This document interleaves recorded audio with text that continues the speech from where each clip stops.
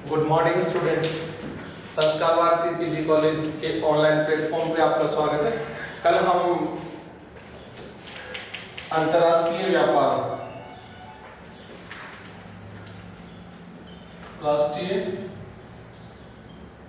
व्यापार की विशेषताओं के बारे में बात की थी हमने, विशेषताओं के बारे में बात की थी। आज मैं एक बार छोटा सा रिकैप करवा देता हूँ आपसे, फिर वही बात करते हैं। अंतरराष्ट्रीय व्यापार की पहली विशेषता होती है कि इसमें साधनों की गतिशीलता होती है। साधनों की गतिशीलता, जो साधनों की गतिशीलता है उसका अभाव होता है।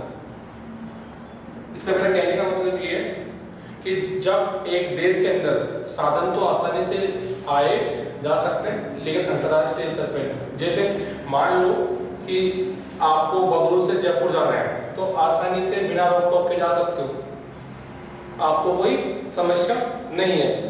लेकिन आप भारत से पाकिस्तान नहीं जा सकते। क्यों?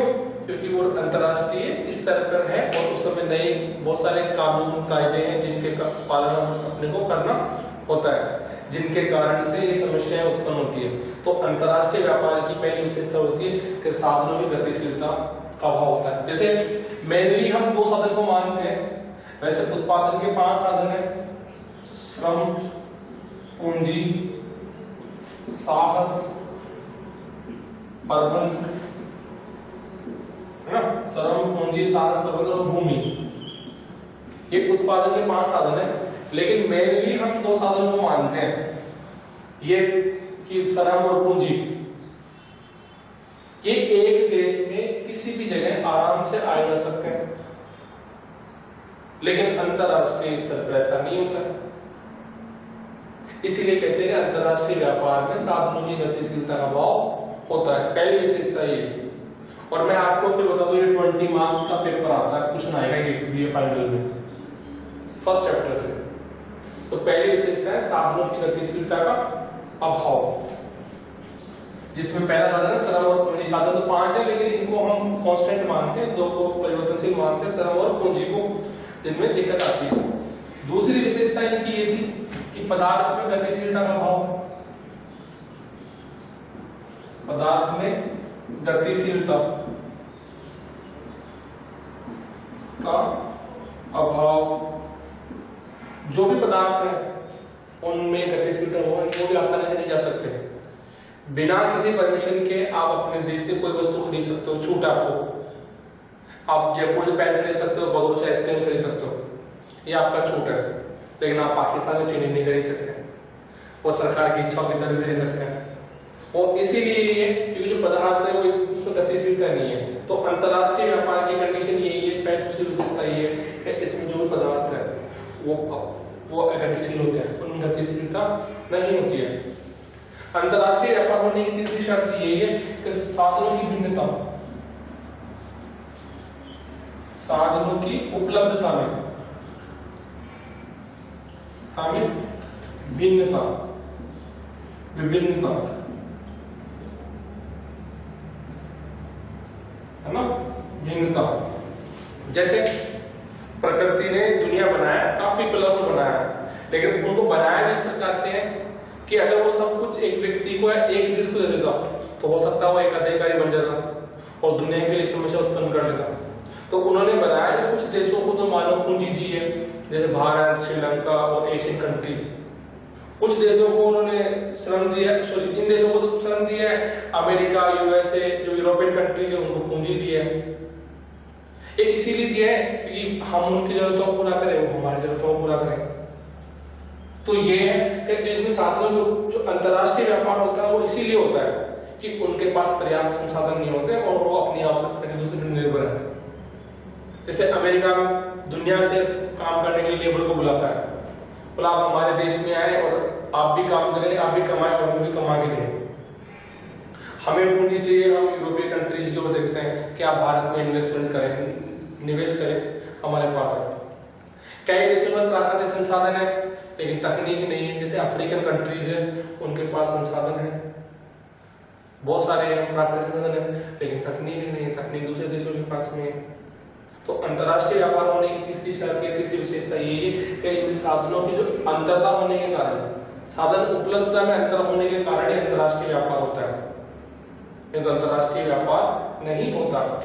अंतर्राष्ट्रीय व्यापार में परिवहन लागतें स्थिर मानते हैं, परिवहन लागतें स्थिर मानते हैं।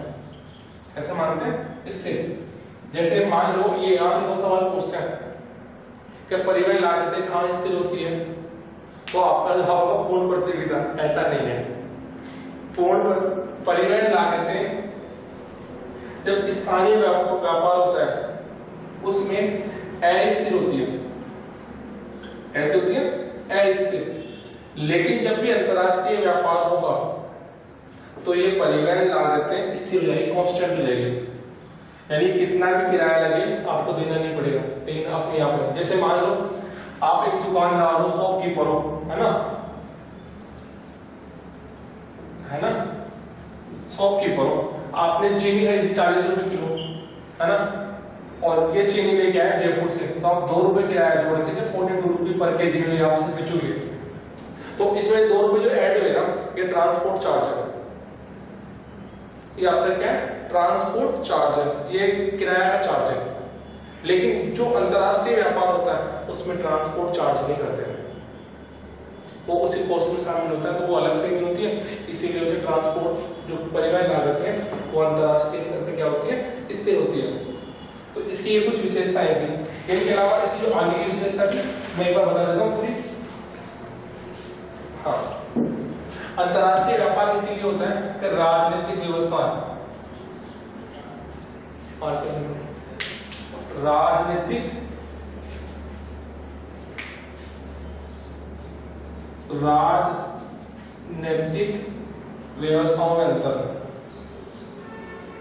व्यवस्थाओं में अंतर।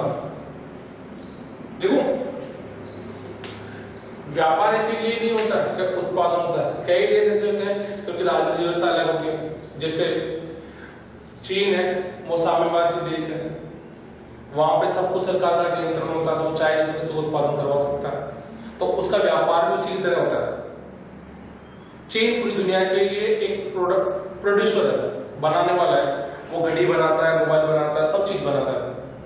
एक अमेरिका है, वो बनाता नहीं है, वो आयात करता, इंपोर्ट करता, वो इनोवेशन करता है, वो खोज करता है, वो तकनीक बेचता है। अमेरिका तकनीक बेचता है, चाइना प्रोडक्ट बेचता है, और हम हमारे लेबर बेचते हैं। इंडिया वाले दुनिया में अपने सर्विस बेचते हैं, बोले आप जाओ, हम सर्विस देने वाले हैं, डॉक्टर, इंजीनियर, साइंटिस्ट वो इंडिया से है। तकनीक अमेरिका बेचता है, प्रोडक्शन चाइना बेच करता है, और हम लेबर सर्विस देते हैं। क्या देते हैं? सर्विस। तो ये अलग अलग राजनीतिक व्यवस्थाओं के कारण भी अंतर्राष्ट्रीय व्यापार होता है। ये इनकी कुछ विशेषताएं थी, और आगे विशेषता देखता है।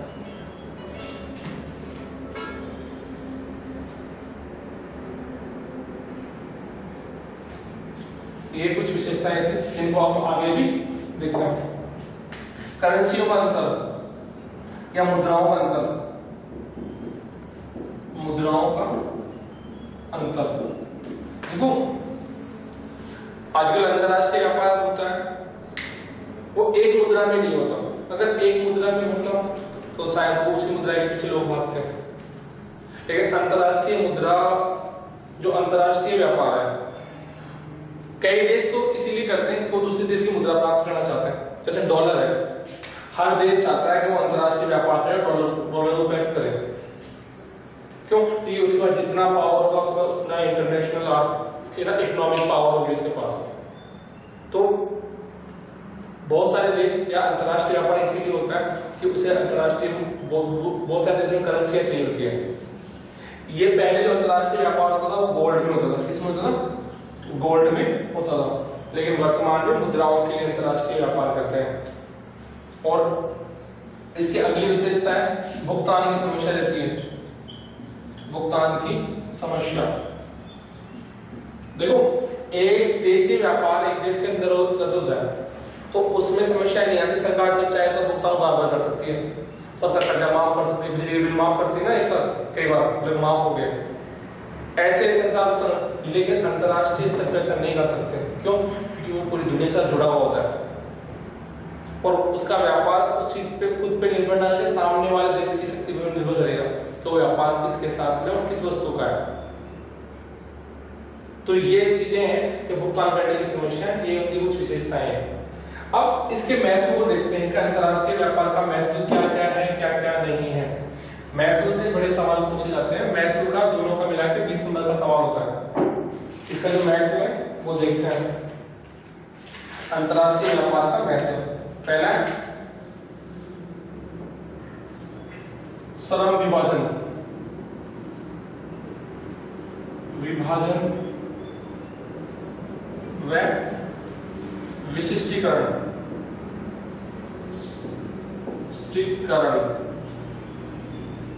श्रम विभाजन व विशिष्टीकरण को बढ़ावा देना, बढ़ावा देना।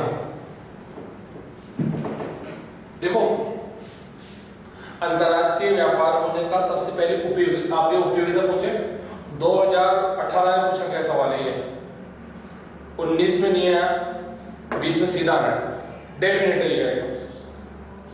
तो तुम्हें पूछेगा अंतरराष्ट्रीय व्यापार की उपयोगिता क्या है, महत्व क्या है, तो पहला ये श्रम विभाजन या विशिष्टीकरण का महत्व। देखो अंतरराष्ट्रीय व्यापार होने का फायदा ये है कि एक देश उस वस्तु का आयात करता है, उस वस्तु का आयात करता है जो उसे सस्ती दर में मिले, किससे मिले, सस्ती दर में मिले, और उस वस्तु का निर्यात करता है जो सस्ती बना सके। यानी कि एक देश उस वस्तु का उत्पादन करना चाहता है जो उसे सस्ती दर में मिले और उसका निर्यात करना चाहता है जो सस्ती दर में उत्पादन कर ले। जैसे भारत है, भारत में जितनी वस्तुएं होंगी वो श्रम प्रधान होगी, श्रम प्रधान होगी। क्यों? क्योंकि यहाँ पर श्रम अधिक है। अमेरिका में सबसे अधिकतर वस्तुएं होगी वो पूंजी प्रधान होगी। कैसी होगी? पूंजी प्रधान होगी। क्यों? क्योंकि पूंजी अधिक है। अब अंतरराष्ट्रीय व्यापार ये कहता है कि भारत को ना किसी का उत्पादन करना चाहिए, किसी और की ध्यान नहीं लगाना चाहिए, और अमेरिका को इसको उत्पादन करना चाहिए। अगर ऐसा करते हैं, भारत अमेरिका को श्रम प्रधान वस्तु देते हैं और पूंजी प्रधान वस्तु अमेरिका भारत को देता है, तो दोनों देशों को फायदा होगा। ऐसा करने से समय बचेगा और लागत भी घटेगी, लागत भी घटेगी। मैं एक सिंपल सा एग्जांपल बताता हूं। मान लो कि एक कपड़ा है, एक कपड़ा है और दूसरा शराब है। अमेरिका के पहले हम लिखते हैं यूएसए में कपड़े बनाने की लागत है 100 और भारत में शराब बनाने की लागत है 50। एक मिनट के लिए मान लें। और जो इंडिया है यहाँ पे कपड़े बनाने की लागत है 50 और शराब बनाने की लागत है 100। ये लागत है रुपए में मान लेते हैं। अब अंतरराष्ट्रीय व्यापार नहीं हो रहा, मान लो एक मिनट के लिए जस्ट इमेजिन कि अंतरराष्ट्रीय व्यापार नहीं हो रहा, तो दो कपड़ा, एक कपड़े की लागत ये है, एक कपड़े की लागत है, तो कितनी होगी? 150 है ना, 150। कितने? दो कपड़े की लागत कितनी होगी और दो शराब की लागत कितनी हो गई? ये भी 150। व्यापार हो ही नहीं रहा, तो इधर एक देश एक कपड़ा एक शराब बनाएगा, कितने बनाएगा? 150 बनाएगा। भाई व्यापार नहीं कर रहे, इधर एक देश एक कपड़ा एक शराब बनाएगा, कितना? 150 बनाएगा। तो दो कपड़े और दो शराब की लागत कितनी हो गई? 150 प्लस 150 इक्वल टू 300। ये सब कॉस्ट है, ठीक है। अब मान लो एक मिनट की सपोज करो कि इंटरनेशनल ट्रेड हो गया। जो इंडिया है, मान लो ये यूएसए है, ये शराब को सस्ता बना रहा है, ये 100 का बना रहा है, ये बना रहा है, तो अब ये 2 यूनिट शराब बनाए, एक की लागत कितनी है? 50। भाई एक की कॉस्ट कितनी है? 52 करेगा कितना? 100। तो दो शराब की कीमत होगी 100। कितनी होगी? 100। इसी प्रकार से अगर इंडिया कपड़ा बनाए, एक की कितने? 50, तो दो की कितना होगा? 100। तो 50 इंटू तो कितना? 100। तो हुआ क्या? दो कितने? 4 इकाइयां, दो कपड़ा दो शराब, है ना, शराब प्लस कपड़ा, और कॉस्ट कितनी आएगी? 200। अब हुआ क्या कि जो 100 है ना, जो 100 की जो वेरिएशन आया, ये इसीलिए आया को इंटरनेशनल ट्रेड हुआ था। वो इंटरनेशनल ट्रेड होता है, अंतरराष्ट्रीय व्यापार होता। तो मेरा कहना ये है कि अंतरराष्ट्रीय व्यापार होने से सरल विभाजन की महत्वता बढ़ती है, यानी कि जो भी सर्व है उसको डिवाइड होता है, जो अच्छा करता है उसको वो चीज मिल जाती है और विशिष्टीकरण प्राप्त करता है। कि अमेरिका शराब के उत्पादन में विशिष्टीकरण प्राप्त किया क्योंकि लागत कमाई, भारत कपड़े में विशिष्टीकरण प्राप्त कर लिया क्योंकि इनकी लागत कमाई और अंतरराष्ट्रीय व्यापार हो गया, है ना। तो ये इनका सरल विभाजन और विशिष्टीकरण की शर्त को पूरा करता है, इसीलिए अंतरराष्ट्रीय व्यापार करते हैं।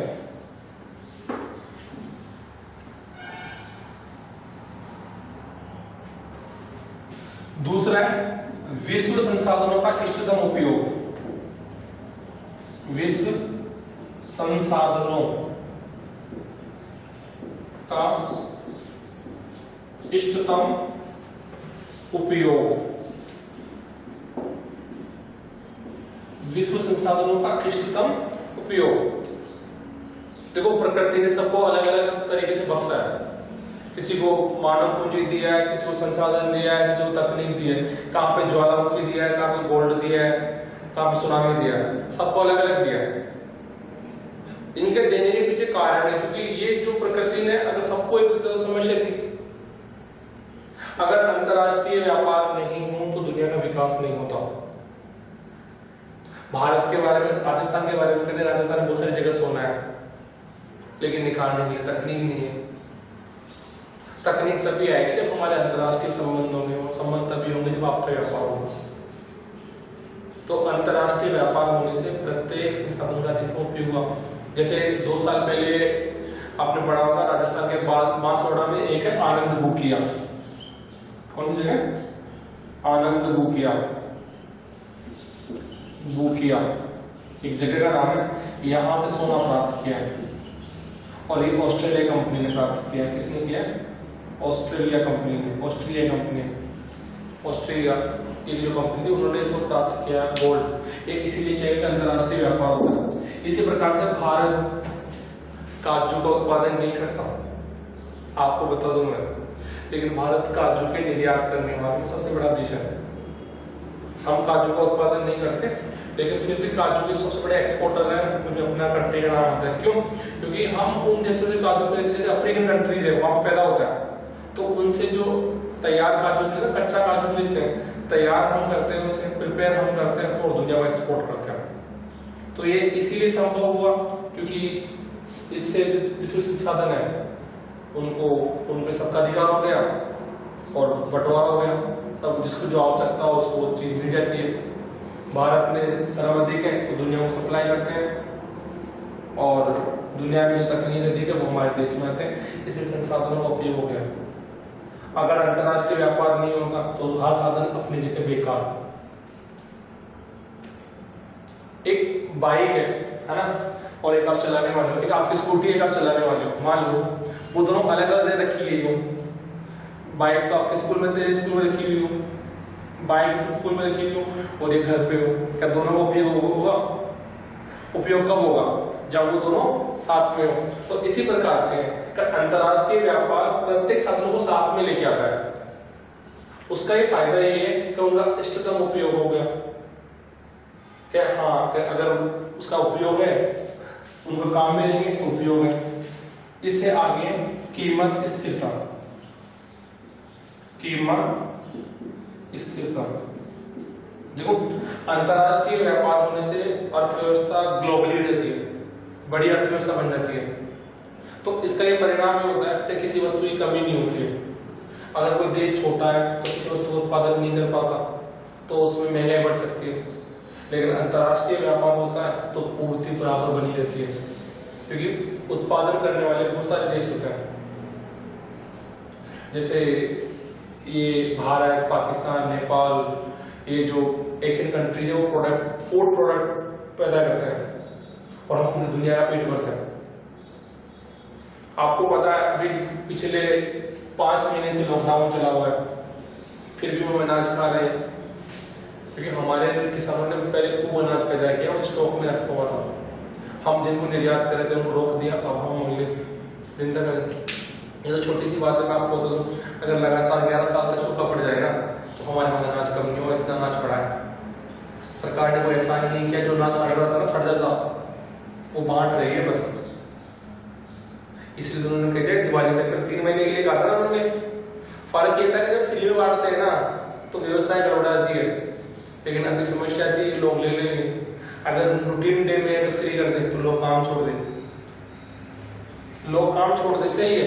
पर जब फ्री में मिल रहा है, अभी तो क्या वो पेंडेमिक है, एक सिचुएशन है इसके कारण हम ऐसा कर रहे हैं। लेकिन अगर नॉर्मल डेज में, सामान्य दिनों में गवर्नमेंट ऐसा करते हैं तो समस्या पैदा हो जाती है। तो सरकार तभी करती है, बड़ी विकट परिस्थिति आती है। अभी विकट परिस्थिति, पूरा देश बैठा बैठा अनाज खा रहा है, सरकार सबको अनाज दे रही है, जितने राशन है उनको। आप घर बैठे और खाना वाना खाएं, मजे ले रहे, दाल खाएं, दाल दे रहे ना, वो इसीलिए नहीं दे रहे, दे रहे हो। अंतरराष्ट्रीय व्यापार होने से जो फायदा ये है कि इसमें जो कीमत है वो क्या है, स्थिर रहती है। क्या रहती है? स्थिर रहती है, उसमें कोई परिवर्तन नहीं होता है।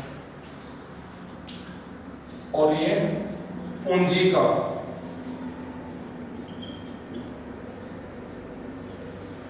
सहज प्रवाह है, पूंजी का सहज प्रवाह। अंतरराष्ट्रीय व्यापार होने का बड़ा फायदा ये भी है कि इसके होने के कारण अंतरराष्ट्रीय स्तर पर जो पूंजी है वो आसानी से आ जा सकती है। जैसे भारत में FDI, आप सब लोग जानते हैं FDI, फॉरेन डायरेक्ट इन्वेस्टमेंट की आपको 2 नंबर का पूछ सकते हैं। FDI क्या है? विदेशी, हाँ, प्रत्यक्ष विदेशी निवेश, प्रत्यक्ष विदेशी निवेश, निवेश, ये FDI है। क्या ये? FDI है, ये FDI है। तो ये FDI जो आता है ना, वो इसीलिए आता है कि जो देश आसानी से उपलब्ध करवाए व्यापार के लिए, वो वहां पे जाना पसंद करते हैं। जैसे ये अधिकतर एशियन कंट्रीज में आता है। आपने सुना होगा FDI में, क्यों? क्योंकि यहाँ पर लेबर ना काफी सस्ती है। हमें 300 रुपए मिलते हैं, कितने रुपए मिलते हैं? 300 पर डे मानते हैं लेबर को।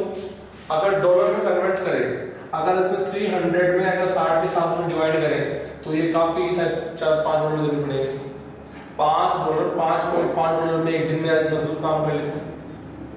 लेकिन का एक अमेरिकन से काम करवाओगे तो मैं आपको एक डाटा बताता हूँ। एक अगर आप USA में जाते हो, आपकी उम्र 19 साल है या इससे कम है, 15 से 19 के बीच में है, आपने 1 घंटा काम किया, कितना? 1 घंटा काम किया और 1 महीने का काम किया, तो आपको $750 मिलते हैं 1 घंटे के। कितने के? 1 घंटे के। अगर आप 25 साल के हो या इससे अधिक उम्र के हो तो आपको 1 घंटे के $15 मिलते हैं। कितने? 1500। अब आप 5 घंटे तो काम करोगे तो लगे $7,500 मिलते हैं। और करेंसी में चेंज करके देख लो, इंडियन करेंसी में इनको आप 70 से मल्टीप्लाई कर दो, है ना? 52 यानी 52,000। ये लोअर रेट उसको 52,000 एक मजदूर को मिलता है। जो यार 9,000 कमाना था, वहां पे वो 52,000 कमा रहा एक साथ ही। इसीलिए लोग जाते हैं अमेरिका में, ऑटो चलाते हैं, टैक्सी चलाते हैं, ये काम करते हैं। 10 घंटे 12 घंटे काम को ज्यादा अर्निंग करेंगे, इसीलिए लोग विदेश जाते हैं। और भारत में FDI इसीलिए आता है क्योंकि यहाँ अंतर्राष्ट्रीय व्यापार होने से कानून नियम ढीले होते हैं, जिनसे उसको फायदा मिलता है। वैश्वीकरण इसका उदाहरण है।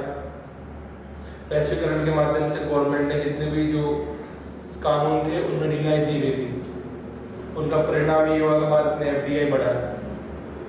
भारत में बड़ी ब्रांडेड कंपनियों की संख्या बढ़ी है। आपको शायद पता नहीं हो, लेकिन मैं बता रहा हूँ, 1991 से पहले भारत में सिर्फ मारुति 800 की एक कंपनी थी और वो गाड़ियां मैन्युफैक्चरिंग करती थी, और उसी के साथ उत्पादन होता था, एकाधिकार था। लेकिन आज अंतरराष्ट्रीय व्यापार होता है, लगभग 100 टाइप्स की मल्टीनेशनल कंपनी है जो भारत में अपना उत्पाद बेचती है, भारत में अपना उत्पाद बेचती है। तो ये अंतरराष्ट्रीय व्यापार का एक महत्व था। आगे आर्थिक और द्विपक्षीय सहयोग, आर्थिक और द्विपक्षीय सहयोग,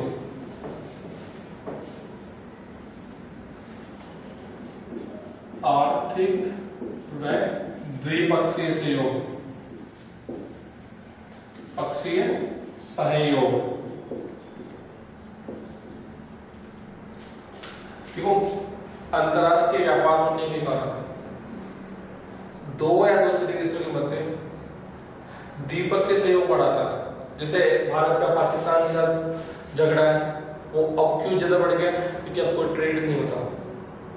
भारत और चीन अभी तक लड़े क्यों नहीं भयंकर तरीके से? क्योंकि ट्रेड फंसा हुआ है। क्या फंसा हुआ? ट्रेड फंसा हुआ है। ट्रेड होने से एक देश दूसरे देश की परिस्थिति समझता है और अपने आर्थिक हितों को देखते हुए वो शांति बनाए रखता है।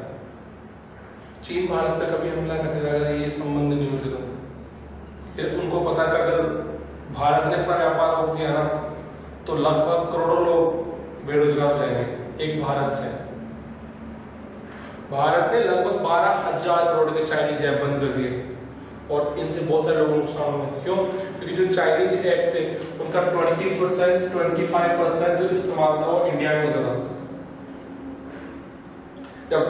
जब बड़े पैमाने पे हम उसके कंज्यूमर हैं, उनके प्रोडक्ट को कंज्यूम कर रहे हैं तो उनका ट्रेड अपने पे डिपेंड करता है, तो अपने से रिलेशन रखेगा वो। जहां तक वो चाइना भारत पे हमला नहीं हो सकता, उसके पीछे कारण ये है कि वो उनके रिलेशन अपने जुड़े हुए हैं। तो जो द्विपक्षीय रिलेशन है, आर्थिक और द्विपक्षीय सहयोग है, वो इस पर निर्भर है। अमेरिका भारत के इतने क्लोज क्यों आ गया? क्योंकि अमेरिका को भारत रोजगार प्रोवाइड करवाता है, जनरेट करवाता है। क्यों? क्योंकि वो इनोवेशन करता है। अमेरिकन लैपटॉप इंडिया में बिकेंगे, उनके इनोवेशन इंडिया में बिकेंगे। जो भी अमेरिका खोज करता है, खोज करेगा तो किसके लिए? लोगों के लिए। और लोग का है वो अपने पास है, अपने पास 130 करोड़ लोग हैं ऐसे कहते हैं। तो इतना बड़ा मार्केट मिलना छोटी मोटी बात नहीं। अमेरिका चाहता है कि वो चाइना को रिप्लेस करे, तो भारत से सहयोग करना चाहता है। रसिया भारत के साथ सहयोग इसलिए करता है क्योंकि भारत से उसके व्यापारिक संबंध अच्छे बने हुए हैं, और व्यापारिक संबंध अच्छे हैं तो उसके आर्थिक और जो द्विपक्षीय सहयोग है वो भी बढ़ेगा। तो इस चीज पर डिपेंड करता है कि आपके सहयोग संबंध किस प्रकार से है, नहीं है। आगे आर्थिक संस्थाओं का विकास। जो आर्थिक संस्थाएं हैं, मैं यहां लिख देता हूं, आर्थिक संस्थाओं का विकास, आर्थिक संस्थाओं का विकास, संस्थाओं का विकास। देखो, आप अंतरराष्ट्रीय व्यापार होने से कुछ आर्थिक संस्थाओं का विकास हुआ है, जैसे WTO। ये हम इसकी चर्चा करेंगे जल्दी, क्योंकि ये भी आपके सिलेबस में बड़ा इंपॉर्टेंट है और ये परेशान करने वाला टॉपिक है। WTO विश्व व्यापार संगठन, वर्ल्ड ट्रेड ऑर्गेनाइजेशन। याद रखना एक चीज पर, इसकी स्थापना 1 जनवरी 1995 में हुई थी। क्यों? क्योंकि ये एग्जाम पूछा जाएगा कि WTO की स्थापना कब हुई थी, और इसका मुख्यालय जिनेवा में है। कहां पर है? जिनेवा में। और ये इंटरनेशनल ट्रेड को कंट्रोल करता है। ऐसे ही IMF, इंटरनेशनल मॉनेटरी फंड, और एक है WB या IBRD। ये कुछ इंस्टीट्यूट है। WTO, IMF, वर्ल्ड बैंक, विश्व बैंक, ये ऐसी आर्थिक संगठन है जिनका निर्माण अंतरराष्ट्रीय व्यापार होने के कारण नहीं हुआ। अगर इंटरनेशनल ट्रेड नहीं होते तो इनका ये व्यापार नहीं होता। और WB को और IBRD को, सॉरी IMF को, IBRD, इन दोनों को अगर बात करें तो इनको सिस्टर इंस्टीट्यूट बोलते हैं। SISTER, sister institute. क्या बोलते हैं? Sister institute. यानी कि इनका जो डेवलपमेंट हुआ ना वो साथ साथ हुआ था, साथ साथ बने थे। जब हम इनको आज पढ़ेंगे तब ये अपने सिलेबस में तीनों ही है। WTO भी है, IMF भी है, IBRD भी है। ये इस नाम से है, IBRD के नाम से, जिसे वर्ल्ड बैंक भी कहते हैं। तो ये संगठन जितने भी इंस्टीट्यूट है इनका ही डेवलपमेंट है, ये इंटरनेशनल ट्रेड के कारण ही हुआ है। अगर अंतरराष्ट्रीय व्यापार होता ही नहीं तो WTO किसका होगा? क्यों? क्योंकि WTO का काम यही है कि अंतरराष्ट्रीय व्यापार के कानून बनाना, जितना भी इंटरनेशनल ट्रेड है उसके लिए सुविधाएं उपलब्ध करवाना, उसके लिए बात करना, उसको सरलीकरण करना, कि जो समस्याएं आ रही है उनका समाधान करना, और पूरी दुनिया में एक जैसे कानून बनाना, व्यापार के एक जैसे कानून बनाना, ये काम है WTO का। और WTO, IMF, वर्ल्ड बैंक, ये सब की जो स्थापना हुई है वो इसलिए हुई है क्योंकि अंतरराष्ट्रीय व्यापार होता है। एक बार मैं इनके नाम दोबारा बता देता हूँ कि कुछ महत्व। पहला है सर्व विभाजित में विशिष्टीकरण को बढ़ावा देना, अंतरराष्ट्रीय व्यापार होने से ये इसका महत्व है। दूसरा है विश्व संसाधनों का इष्टतम उपयोग। तीसरा है कीमत स्थिरता, यानी कि देश के अंदर कीमत स्थिर रखने के लिए भी अंतरराष्ट्रीय व्यापार करते हैं। चौथा है पूंजी का सहज प्रभाव, यानी कि इंटरनेशनल ट्रेड होने से एक देश से दूसरे देश में पूंजी आसानी से आ जा सकती है या आवागमन हो सकता है। अगला है आर्थिक संस्थाओं का विकास, जितने जो आर्थिक इंस्टीट्यूट, इकोनॉमिकल इंस्टीट्यूट स्टेबल हुए हैं वो विश्व व्यापार के कारण ही हुए हैं। अगर विश्व व्यापार होता नहीं या इंटरनेशनल ट्रेड नहीं होता तो ऐसा होता नहीं। और आर्थिक व द्विपक्षीय सहयोग बढ़ा है अंतरराष्ट्रीय स्तर पर। 1914 से लेकर 1945 तक 2 विश्व युद्ध हो गए ना, लेकिन 1945 से लेकर 1920 तक, 2020 तक लगभग बात करें तो 80-90 साल हो गए वर्ल्ड वॉर हुआ। क्यों? क्योंकि इंटरनेशनली इकोनॉमिकली रिलेशन फंस गए, ज्यादा हो गए, बढ़ गए हैं। जब लोग एक दूसरे साथ में इकोनॉमिकली रूप से इंटरेक्ट होते हैं तो वो झगड़ा नहीं करते। कई बार ना हम उन लोगों की बात नहीं मानते हैं जिनकी बात सुनना पसंद नहीं करते। क्यों? क्योंकि हमारे आर्थिक जो टारगेट्स हैं वो सब फंसे होते हैं, उस तरह में मिले होते हैं, इसीलिए हम उन पर डिपेंड करते हैं और उनसे अपने संबंध बनाए रखते हैं। आगे और भी है मैथ जिनके बारे में पढ़ेंगे। यही है कि एग्जाम नजदीक है, मैं लड़ाई पढ़ो।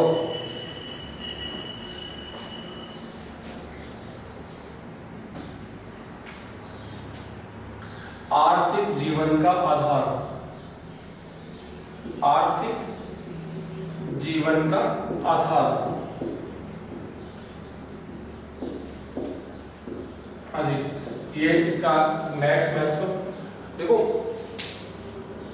व्यापार ना सदियों से होता है, अंतरराष्ट्रीय व्यापार सदियों से होता है। आपने मोहनजोदड़ो काल देखा है, उसके बाद जो समय था उसमें देखो हम हर समय में ना व्यापार होता था, अंतरराष्ट्रीय व्यापार होता था। पहले लोग सोने के लिए व्यापार करते थे, फिर बाद में चांदी के लिए व्यापार करते थे, अब डॉलर के लिए व्यापार करते हैं। जितना भी जो मानव का आर्थिक जीवन में बदलाव हुआ, परिवर्तन हुआ, उसका आर्थिक जीवन बदला है, वो सब अंतरराष्ट्रीय व्यापार के कारण हुआ है। हम आज जो भी गुणवत्तापूर्ण वस्त्र या क्वालिटी पूर्ण वस्तुओं का उपयोग करते हैं वो अंतरराष्ट्रीय व्यापार के कारण ही सफल हुआ। तो आर्थिक जीवन में जितना भी जो बदलाव आया है उसका आधार है अंतरराष्ट्रीय व्यापार, है ना। इसकी अगली विशेषता है गुणवत्तापूर्ण, पूर्ण वस्तुओं की उपलब्धता, वस्तुओं उपलब्धता। देखो अंतरराष्ट्रीय व्यापार होने से एक देश से दूसरे देश से वस्तुएं जाती आती है, जिसका परिणाम ये हुआ कि उन देशों में अब अच्छी किस्म की वस्तुएं कम दाम पर उपलब्ध होती है। जैसे आप आज के टाइम पे ब्रांडेड जींस खरीद सकते हो, जबकि आज से 20 साल पहले ये खरीदना थोड़ा मुश्किल था। क्यों? क्योंकि हमारा व्यापार होता नहीं था। आज आप अपने वॉशरूम में इटालियन मार्बल लगाते हो, कुछ और अच्छी चीजें मंगवाते हो विदेशों से, तो इसीलिए कि अंतरराष्ट्रीय व्यापार होता है। अंतरराष्ट्रीय व्यापार होने का भी ये एक कारण है और उसका महत्व भी है। दूसरा है आयात व निर्यात को प्रोत्साहन।